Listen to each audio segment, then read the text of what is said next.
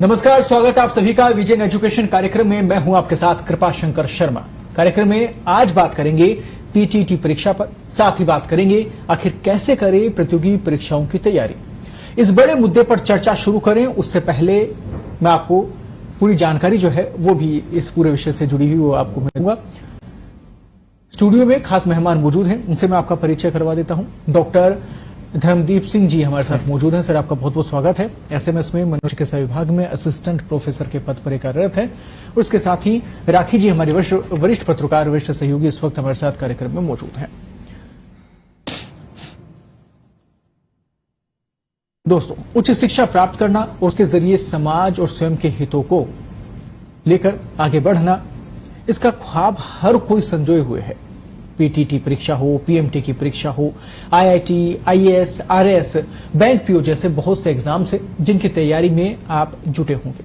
कुछ एग्जाम के जरिए आप उच्च शिक्षा और उच्च संस्थानों में एडमिशन लेते हुए कोशिश करते हैं, एडमिशन लेने की सोचते हैं और इसके जरिए आपको नौकरी मिलती है, इसका भी आप ख्वाब सजोते हैं। रोजगार आपके जीवन की शैली में आपके भरण पोषण का मुख्य आधार है, उसके लिए हर कोई प्रयास भी करता है। पर बात जब सरकारी नौकरी की हो, बात जब उच्च शिक्षण संस्थानों में लाखों की भीड़ को पीछे छोड़कर एडमिशन लेने की हो, तो बात होती है पढ़ाई की, परीक्षा की तैयारी की। तैयारी तो हर कोई करता भी है, पर सिलेक्शन सिर्फ कुछ लोगों का ही क्यों होता है? कहां कमी रह जाती है? क्या ऐसी कोई गलती आप कर रहे हैं जो आपको सफल होने से रोक देती है? परेशान बिल्कुल ना हो आप। हर सवाल का आपको जवाब मिलेगा इस कार्यक्रम में, क्योंकि आपके जहन में उठ रहे हर सवाल का जवाब आज इस कार्यक्रम में मौजूद जो पैनल है वो आपको इस पूरे सवालों का जवाब आपको देगा। जड़ तक हम पहुंचेंगे कि आखिरकार स्टूडेंट्स को परेशानी आती कैसे है, मेंटली स्ट्रेस जो है उनका क्यों बढ़ जाता है, कैसे परेशान हो जाते हैं और एग्जाम के समय में ये परेशानी कितना नुकसान दे सकती है। तमाम विषयों को लेकर बातचीत करेंगे। एक्सपर्ट हमारे साथ में मौजूद हैं और आपको बताएंगे कि आपको आपकी शिक्षा, आपके करियर का सटीक रास्ता क्या है। शुरुआत करते हैं। सबसे पहले मैं धर्म सिंह जी के पास में जाना चाहूंगा। धर्म सिंह जी, एग्जाम है, पीटीटी अभी सामने है, इसके अलावा बहुत सारे एग्जाम्स है, चाहे वो आरएस आईएएस के एग्जाम्स हों, बड़े एग्जाम्स हों, या फिर आईआईटी, पीएमटी जैसे बड़े एग्जाम्स हो जिनके जरिए आप बड़ी डिग्री प्राप्त कर सकते हैं, उच्च शिक्षण संस्थानों में एडमिशन ले सकते हैं। उनके लिए तैयारी बच्चे कर रहे हैं, तो उनके लिए सबसे पहले मैं चाहूंगा कि एग्जाम को लेकर क्या पॉइंट ऑफ व्यू आपका रहता है, क्या आप उनको सजेशन देना चाहते हैं? सबसे पहले आप ये बात अपनी रखें। थैंक यू सो मच मुझे इस इम्पोर्टेंट डिस्कशन में इनवाइट करने के लिए। तो अगर हम बात करते हैं विभिन्न प्रतियोगी परीक्षाओं की अथवा दूसरे एग्जाम्स की जिनको लेकर के आमतौर पर बच्चे बहुत ज़्यादा स्ट्रेस लेते हैं, तो सबसे पहले तो मैं यही बात कहना चाहूँगा कि किसी भी प्रकार का स्ट्रेस है वो बहुत ज़्यादा एबनॉर्मल या असामान्य बात नहीं होती है। आप किसी भी एक बड़े प्रयोजन की तरफ अगर आप जा रहे होते हो, किसी भी प्रतियोगिता में अगर आप भागीदारी निभा रहे हो, तो उस वक्त स्ट्रेस होना सामान्य है। स्ट्रेस ना केवल आपको आने वाली चुनौतियों से लड़ने के अंदर आपकी तैयार बनाता है, बल्कि ये आपको मोटिवेट भी करता है। तो इस प्रकार के पॉजिटिव स्ट्रेस को हम यू स्ट्रेस कहते हैं। पर कुछ परिस्थितियों में कई लोग जो होते हैं इतना ज्यादा स्ट्रेस्ड आउट हो जाते हैं कि वो कभी कभार गिव अप कर देते हैं, सब कुछ छोड़ देते हैं कि इतने सीमित समय में ये सब चीजें हो पाना मुमकिन नहीं है। तो इसको हम डिस्ट्रेस कहते हैं। तो आवश्यक ये है हमारे लिए जानने के लिए कि स्ट्रेस को हम यू स्ट्रेस के स्तर पर ही रखते हुए हम एक ज्यादा ऑर्गेनाइज तरीके से समय का सदुपयोग करते हुए और अपने शारीरिक और मानसिक स्वास्थ्य को कॉम्प्रोमाइज नहीं करते हुए जो है प्रोडक्टिव स्टडी करें, तो वो गोल ओरिएंटेड मैनर में की गई स्टडी जो है आपको अचीव करने में ज्यादा से ज्यादा मदद करती है। यानी परेशानी किसी के साथ भी आ सकती है। अमूमन स्टूडेंट जो है एग्जाम से पहले कुछ ना कहीं मानसिक जो बोझ है उनके ऊपर वो पड़ता ही है, वजन आता ही है, इसलिए परेशान आप बिल्कुल ना हो। ऐसा नहीं कि सिर्फ आपके साथ अगर ये प्रॉब्लम आती है, या फिर कुछ स्टूडेंट्स ये भी कहते हैं कि एग्जाम से पहले वो फील भी अच्छा करते हैं, ऐसा भी होता है। और कुछ लोग बहुत ज्यादा टेंशन में भी आ जाते हैं। तो दोनों ही परिस्थितियां हैं और सभी के साथ होती है, इसलिए आपको परेशान होने की जरूरत नहीं है। आज इस पूरे कार्यक्रम में इसी विषय को लेकर बातचीत होगी। राखी जी, आपके पास मैं आना चाहूंगा। देखिए, एग्जाम बिल्कुल सामने है, बहुत सारे एग्जाम्स हैं। इससे पहले बहुत सारे ऐसे एग्जाम भी रहे जिनके पेपर आउट हो गए, जहां पर नकल देखने को मिल गई। इस प्रकार की परिस्थितियों में जब वहां पर बच्चे पहुंचते हैं एग्जाम सेंटर्स पर और पता चलता है कि इतना बड़ा नुकसान उनको हो गया है, साइबर सिक्योरिटी की बात हो जाती है, पुलिस की तरफ से कमी की बात फिर हो जाती है, सरकार की नाकामी की बात करने लगते हैं लोग कि पेपर आउट कैसे हो गए। तो ऐसी परिस्थिति में फिर वहां क्या स्थिति आपको नजर आती है? स्टूडेंट्स की प्रतिक्रियाएं क्या होती हैं? पेरेंट्स की तरफ से प्रतिक्रियाएं क्या होती हैं? क्योंकि लगातार कवरेज आपने की है एग्जाम टाइम में। जी बिल्कुल कृपाशंकर जी, क्योंकि कोई भी कॉम्पिटेटिव एग्जाम होता है तो क्योंकि जिस तरह से पेपर लीक हुए लगातार पिछले साल भर से हम देख रहे हैं, अब अधिकांश प्रतियोगी परीक्षाओं के जो पेपर है वो लीक होने के मामले सामने आए हैं, तो वो स्ट्रेस स्टूडेंट्स में जो अभ्यर्थी उनमें देखने को मिल रहा है। क्योंकि वो जो ऐसे अभ्यर्थी जो खासतौर पर कड़ी मेहनत कर रहे हैं, साल भर से 10-10, 12-12 घंटे पढ़ रहे हैं, कोचिंग इंस्टीट्यूट में जा रहे हैं, वहां एक बड़ा पैसा जो है वो उनका इन्वेस्ट हो रहा है। क्योंकि हर ग्रामीण क्षेत्र के जो परिवेश के जो स्टूडेंट्स हैं, जो उनके पेरेंट्स हैं, उनके लिए आसान नहीं कि इतना पैसा कोचिंग संस्थानों में दे सके, लेकिन फिर भी वो अपने बच्चों के लिए दे रहे हैं। तो उनके अंदर ये स्ट्रेस जरूर देखने को मिलता है। जब भी उनसे बात भी हम लोग करते हैं, वहां जाते हैं, तो उनके दिमाग में सिर्फ यही सवाल होता है कि क्या ऐसा ना हो कि जिस परीक्षा का पेपर हम देने पहुंचे हैं वो पेपर लीक हो जाए। अगर ऐसा हो गया तो पूरी सारी जो मेहनत है वो सारी बेकार होने वाली है उनकी। ये स्ट्रेस उनके दिमाग में हमेशा रहता है, हर परीक्षा से पहले ये चीज जरूर होती है। एक बहुत बड़ी गवर्नमेंट की तरफ से कुछ कदम इसको लेकर उठाया गया, कुछ किया जा रहा है, कुछ प्रयास है? जो पहले भी जो प्रतियोगी परीक्षा हुई है और जो अगर पीटीटी की हम बात करें तो एक गाइडलाइन जारी होती है हर प्रतियोगी परीक्षा के लिए, और वो एक स्पष्ट गाइडलाइन है। उसमें एक ड्रेस कोड निर्धारित होता है बच्चों के लिए कि उस ड्रेस कोड में ही उन्हें आना होगा। उसके अलावा एडमिट कार्ड के साथ वो कोई और चीज लेके नहीं जा सकते। पेन भी उनको सर्टेन एक कलर का ही पेन होता है, ब्लैक कलर का ही पेन वो लेके जा सकते हैं, या ब्लू कलर का पेन लेके जा सकते हैं। पानी की बोतल अगर उनको लेके जानी है तो पारदर्शी पानी की बोतल लेकर जानी है। ड्रेस कोड में फुल स्लीव्स के कपड़े वो लोग नहीं पहन सकते, या गर्ल्स है तो वो ज्वेलरी पहन के नहीं जा सकती, वो मंगलसूत्र है या कान में बाली, गले में चेन, इससे पायजेब, ये सब चीजें नहीं पहन के जा सकती। ये पाबंदी हर प्रतियोगी परीक्षा में लगाई जाती है। वो सेम एज पीटीटी जो कि 21 तारीख को होने वाली, उसके अंदर भी जो गाइडलाइन है वो सेम गाइडलाइन जो पहले प्रतियोगी परीक्षा हुई है उनके अंदर है, वो सेम गाइडलाइन इस परीक्षा के अंदर भी जी बहुत अच्छी बात है यहाँ पर राखी जी ने की।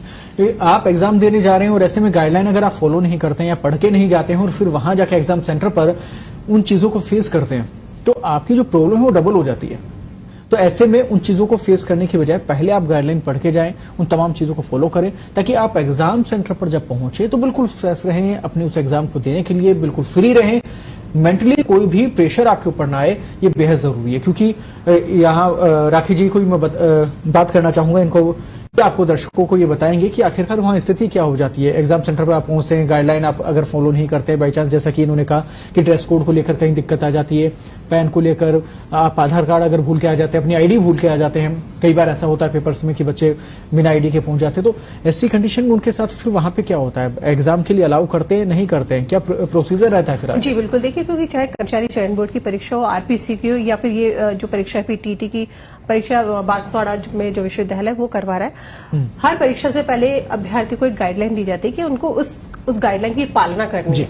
लेकिन देखने में यही याद है कि अभ्यर्थी उस जो गाइडलाइन उसको फॉलो करते ही नहीं है या भूल जाते हैं। तो बड़ी जो पहुंच रहे हैं परीक्षा केंद्र में उनके सबसे बड़ी समस्या है कि वो अपना सामान, एक तो मोबाइल आप लेकर आ रहे हैं और भी बहुत सारा सामान है, लेकिन ये इसमें परेशानी उन अभ्यर्थियों के लिए ज्यादा आती है जो बाहर से आ रहे हैं। जो अगर जयपुर में किसी बच्चे का परीक्षा केंद्र और बाहर से दूसरे शहर से आ रहा है तो वो अपने साथ सामान लेकर आएगा।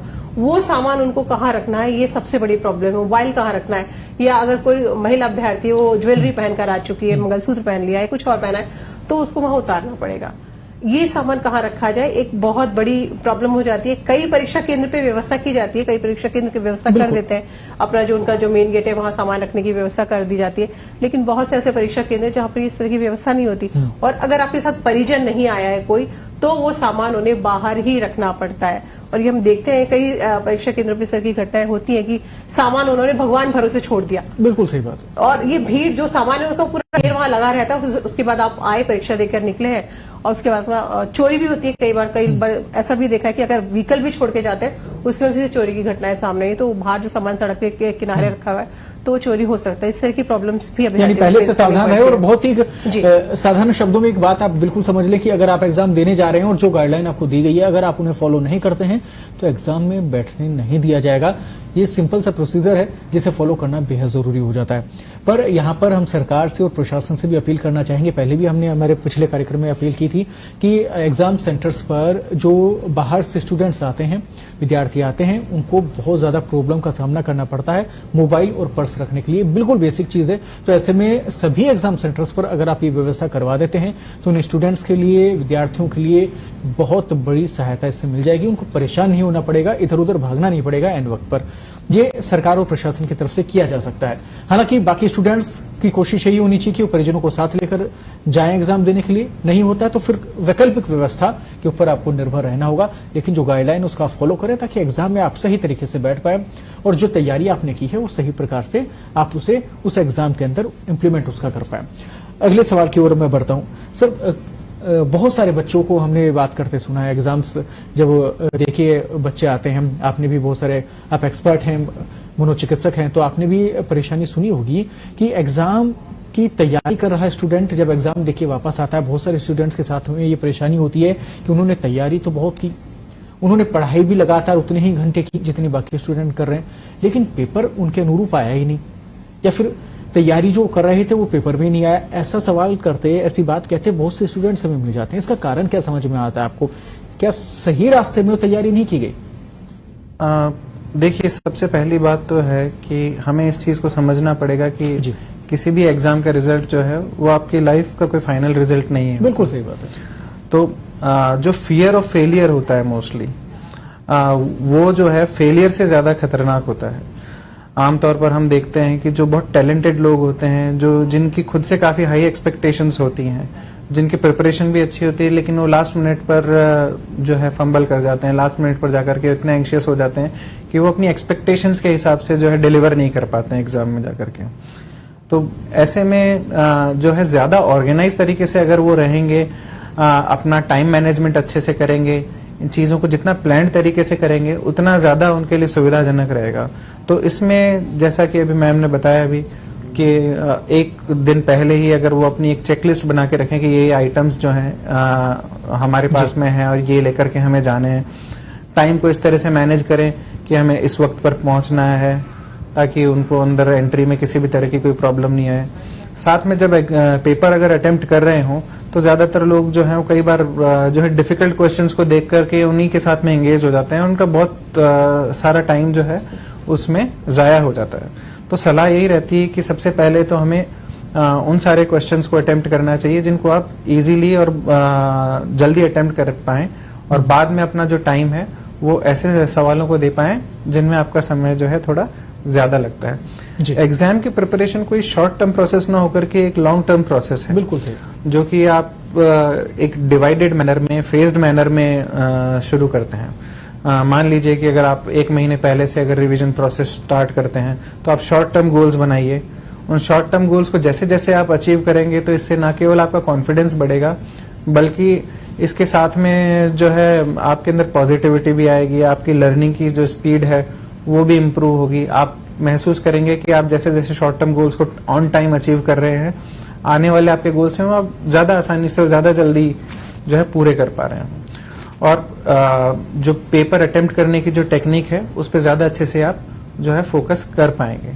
यानी कि टेक्निक के अकॉर्डिंग आप चलें, और सबसे मेन चीज जिसकी बात डॉक्टर साहब ने अभी की, आप टाइम मैनेजमेंट पे आपका फोकस होना चाहिए। अगर टाइम मैनेजमेंट ठीक है ना, फिर आपको दिक्कत नहीं आएगी, आपको सफल होने से फिर कोई नहीं रोक सकता।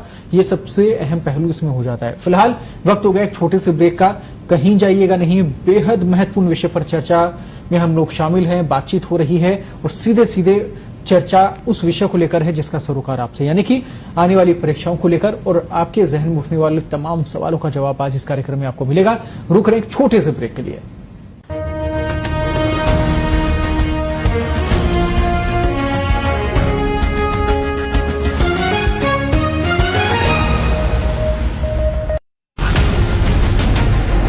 राजस्थान पत्रिका की मुहिम का बड़ा असर।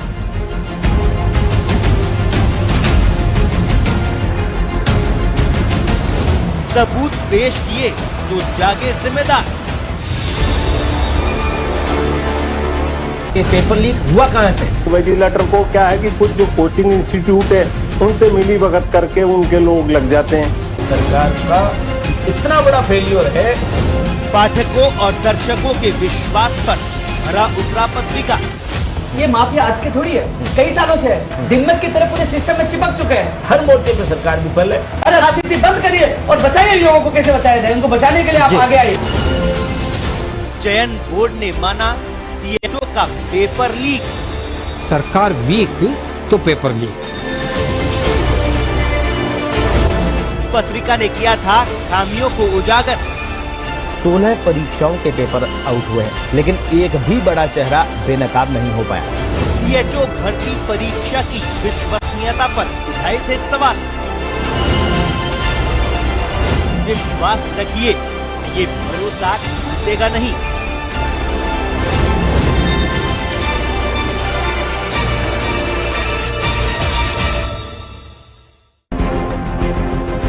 सेहत की बात पत्रिका के साथ। बिजी शेड्यूल बन रहा बीमारी का टूल। भागदौड़ भरी जिंदगी में कैसे रखें अपना ध्यान। निरोगी रखेगा एक्सपर्ट डॉक्टर से मिला ज्ञान। स्वास्थ्य से जुड़े हर सवालों का सटीक जवाब। और अगर एनीमिया की शिकायत है, आयरन रिच डाइट लेने की जरूरत है। तो ये जन जागृति का एक बड़ा अभियान करना पड़ेगा। अपना माइंड को एक्टिव रखेंगे, एक्टिवली यूज करेंगे तो आपकी जो स्मरण शक्ति है वो बढ़ेगी। सिर्फ पत्रिका टीवी पर हेलो डॉक्टर।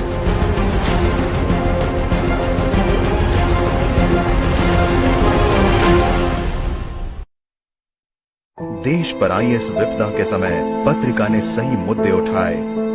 आंखों पर पट्टी नहीं बांधी, ना ही मुंह सी कर बैठे और शासन को उन मुद्दों पर कार्यवाही करने पर मजबूर किया, क्योंकि जब सच सामने लाया जाता है तभी तो प्रशासन की आंखें खुलती है।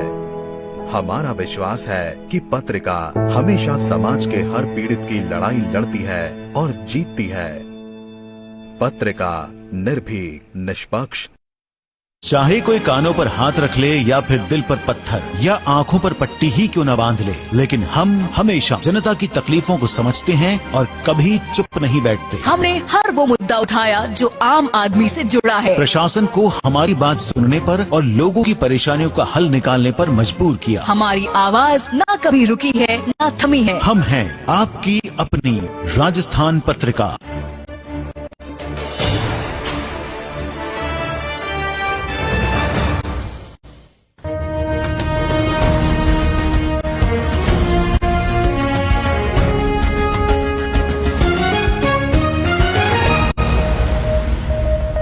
ब्रेक के बाद स्वागत आप सभी का विजन एजुकेशन कार्यक्रम में। और बात हो रही है कि आखिरकार परीक्षाओं की तैयारी कैसे करें।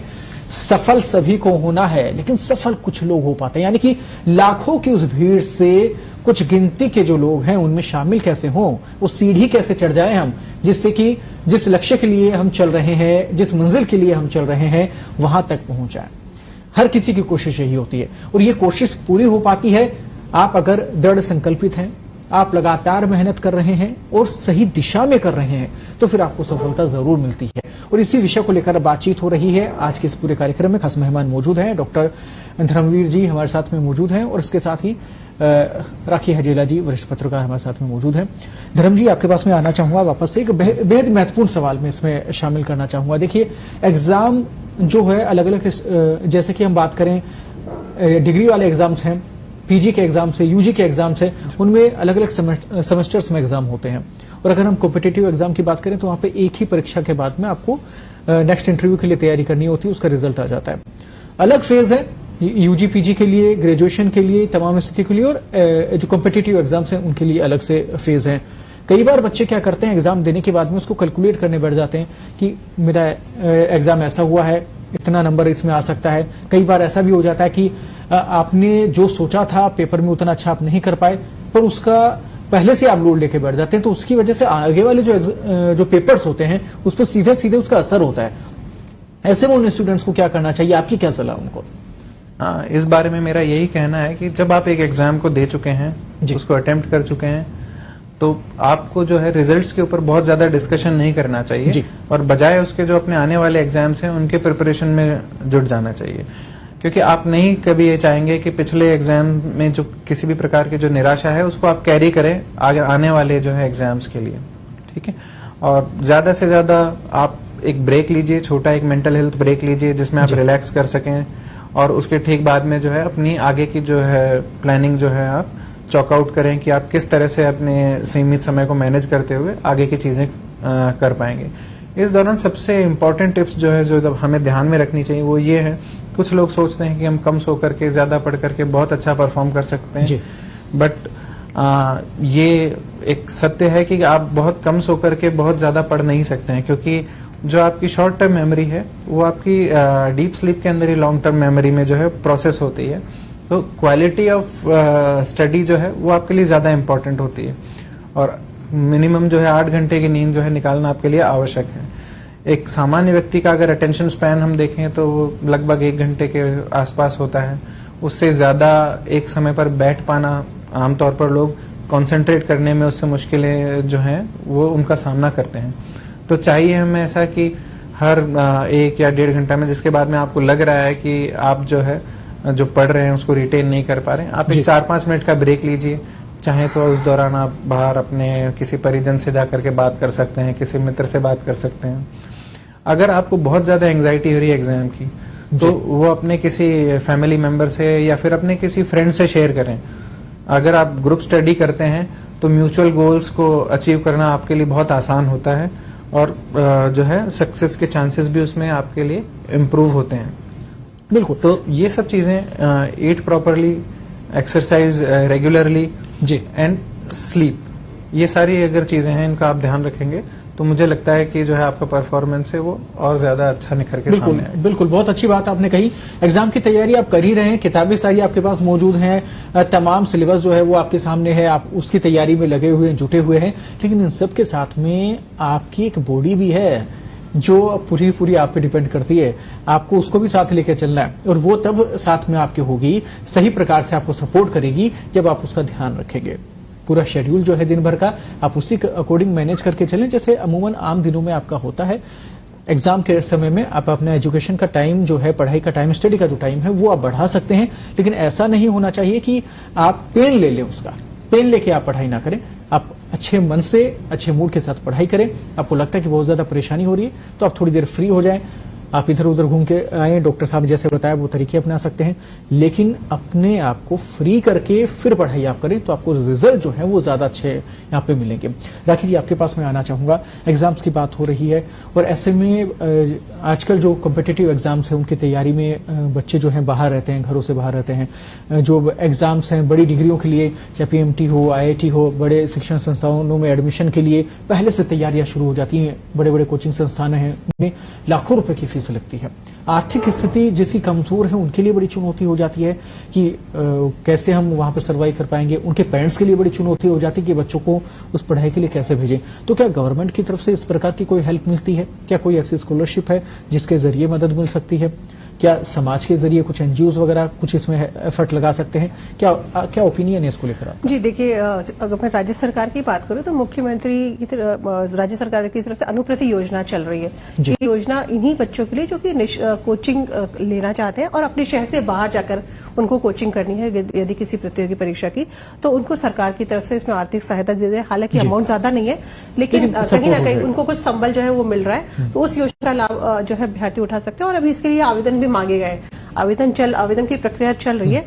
सामाजिक न्याय अधिकारिता विभाग की वेबसाइट के ऊपर आप जाके इसके लिए इस योजना का लाभ उठा सकते हैं, आवेदन कर सकते हैं। सब कुछ ऑनलाइन है, ऑनलाइन उन्हें आवेदन करना पड़ेगा। उसके बाद सरकार की तरफ से उनको एक जो है निश्चित अमाउंट है वो प्रतियोगी परीक्षा की तैयारी कर रहे जो विद्यार्थी है उनको दिया जाएगा। बहुत आराम से, खासतौर पर क्योंकि बाहर जाके जो कर रहे हैं उनके लिए कमरा लेना, एक रूम लेना भी आसान नहीं है, और जिस तरह से कोचिंग इंस्टीट्यूट में जाकर उनको पढ़ाई करनी, तो एक कम से कम एटलीस्ट उनका एक रूम का जो मंथली अमाउंट है वो उसके अंदर पूरा हो जाएगा। एक वो बड़ा खर्चा जो होता है वो उसमें कर सकते हैं। तो इस तरह की सहायता मिल रही है। निःशुल्क प्रतियोगी परीक्षाओं की तैयारी भी सरकार करवा रही है। अभी हाल ही में राजस्थान विश्वविद्यालय में इसकी शुरुआत की गई है। इसके अलावा कई स्वयंसेवी संस्थाएं वो भी इस काम में आगे आ रही है। एक पहल के नाम से एक संस्था है जो प्रतियोगी परीक्षाओं की तैयारी निःशुल्क रूप से करवाती है। और पिछले कुछ टाइम में जब कोविड का टाइम चल रहा था, कोविड के बाद हमने ये देखा था जो भी एग्जाम्स हुए, रीट की भर्ती परीक्षा हुई थी, तो बड़ी संख्या में स्वयंसेवी संस्था, निजी संस्थाएं हैं और कई अन्य लोग जो है वो सामने आए थे और इस तरह के जो बच्चे हैं उनकी मदद कर रहे हैं। और परिवहन की सुविधा भी सरकार ने शुरू की। राजस्थान रोडवेज से निःशुल्क आवागमन की सुविधा भी सरकार ने इन अभ्यर्थियों को दी है। बहुत उनको उसका भी पैसा, उनको टिकट जो है किराया नहीं देना पड़ेगा। यानी सुविधाएं हैं, उनका उपयोग आपको करना है, लक्ष्य आपके सामने है, निर्धारित आपको करना है, मंजिल के लिए बढ़ना आपको होगा, कोशिश आपको करनी होगी, सफलता आपको जरूर मिलेगी क्योंकि गवर्नमेंट की तरफ से भी हेल्प हो रही है। जैसे राकेश जी ने कहा कि कुछ इंस्टीट्यूट्स हैं वो भी मदद कर रहे हैं, कुछ एनजीओज हैं वो भी मदद कर रहे हैं। आप कोशिश कीजिए, आपको सफलता जरूर मिलेगी। देखिए, आप प्रयास करते हैं तो रास्ते हजार खुल जाते हैं, लेकिन सही दिशा में वो प्रयास होनी चाहिए। डॉक्टर साहब, मैं आपसे एक और सवाल लेना चाहूंगा इस पूरे विषय से जुड़ा हुआ। अमूमन ये समस्या देखी जाती है, बहुत से स्टूडेंट्स होते हैं, उनकी पेरेंट्स की शिकायत हो जाती है, खुद स्टूडेंट्स की भी हो जाती है कि परीक्षा आने से पहले भूख प्यास नहीं लगती है, जो टेंशन है वो बहुत ज्यादा बढ़ जाती है, सरदर्द की समस्या सबसे ज्यादा देखने को मिलती है। तो ऐसे में क्या खान पीन की वजह से कुछ प्रभावित हो जाता है या फिर वो जो स्ट्रेस ले रहे हैं उसी की वजह से सारी चीजें हो जाती है? एक्चुअली परफॉर्मेंस एंजाइटी इसके अंदर बहुत बड़ा रोल प्ले करती है जी। और परफॉर्मेंस एंजाइटी के बहुत सारे कारण हो सकते हैं। कुछ तो केसेस के अंदर अगर हम देखें तो बहुत देर से जो लोग तैयारी करना शुरू करते हैं तो उनके अंदर परफॉर्मेंस एंजाइटी सामान्य तौर पर ज्यादा होती है। कुछ लोग जो ऐसे होते हैं, बच्चे जो तैयारी तो बहुत अच्छे से कर रहे हैं, पढ़ भी अच्छे से रहे, लेकिन एग्जाम आते आते जो है वो थोड़ा सा ज्यादा नेगेटिव आउटकम के लिए कि इसके परिणाम जो है अच्छे होंगे या नहीं होंगे, उसके लिए चिंता ज्यादा करने लग जाते हैं। तो ऐसे में उनके पेरेंट्स और उनके मित्र और उनके टीचर्स जो है इसमें बहुत इंपॉर्टेंट रोल प्ले कर सकते हैं। अगर उनको एक सपोर्ट, एक रीअश्योरेंस ये मिलता रहे कि जिस दिशा में वो जा रहे हैं, जैसी वो तैयारी कर रहे हैं वो सही है, ये ऑर्गेनाइज्ड वे में है, और अगर इस तरह का नहीं हो पा रहा है और उनकी मदद करते हैं इनको ज्यादा ऑर्गेनाइज रखने में, तो वो एक संबल उनको प्रदान कर सकते हैं। साथ में उनका जो ये डर है कि एग्जाम्स के अंदर जो है फेल हो जाएंगे तो कोई बहुत ही बुरा हो जाएगा, इस तरह का, तो एक बार जब व्यक्ति अपने आप को इस डर से बाहर निकाल लेता है, इसके लिए अगर एक बार वर्स्ट केस अगर वो सोच भी लेते हैं कि अगर एग्जाम में इस तरह के ऐसा कुछ हो भी जाता है तो क्या, तो अगर वर्स्ट आउटकम के लिए अगर आप प्रिपेयर्ड रहते हो तो बुरा होने की संभावनाएं अपने आप कम हो जाती है। और साथ में यही है कि वो बस अपना खाना पीना और ये जो दिनचर्या को अगर नियमित रखेंगे तो भी उसमें आपको जो है मदद मिलेगी। बिल्कुल सही कहा आपने। देखिए, टाइम टेबल आप ही को सेट करना होगा।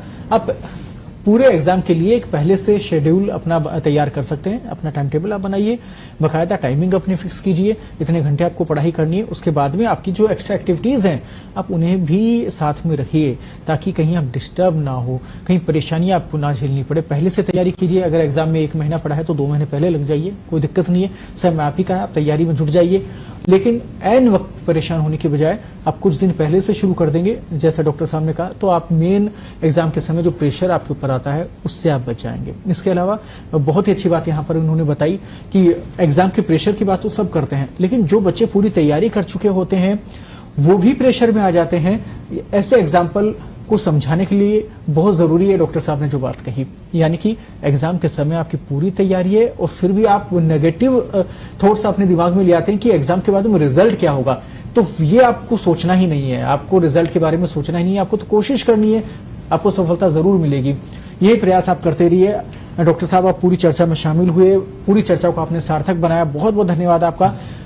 दर्शकों तक बेहद महत्वपूर्ण जानकारी आपने पहुंचाई। राखी जी, बहुत अच्छी सरकार से जुड़ी हुई इंपॉर्टेंट चीजें जो हैं आपने दर्शकों तक पहुंचाई है, महत्वपूर्ण जानकारियां आपने पहुंचाई है। फील्ड पर लगातार कवरेज आप करती रही हैं एजुकेशन बीट को देखते हुए।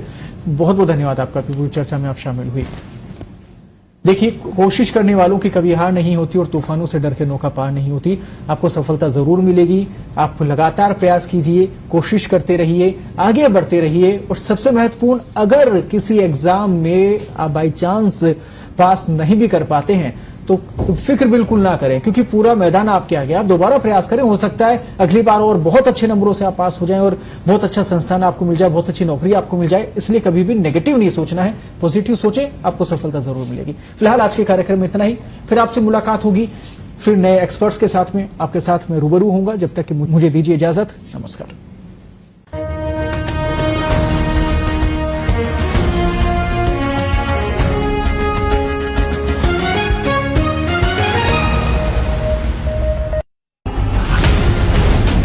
कितना पूरा हुआ हुक्मरानों का वादा?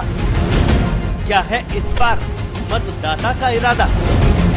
चौराहे से लेकर चौपाल तक का हाल, 4 दिशाओं से 40 रिपोर्टर करेंगे पड़ताल। 200 विधानसभा सीट की जमीनी हकीकत देखिए ग्राउंड रिपोर्ट सिर्फ पत्रिका टीवी पर।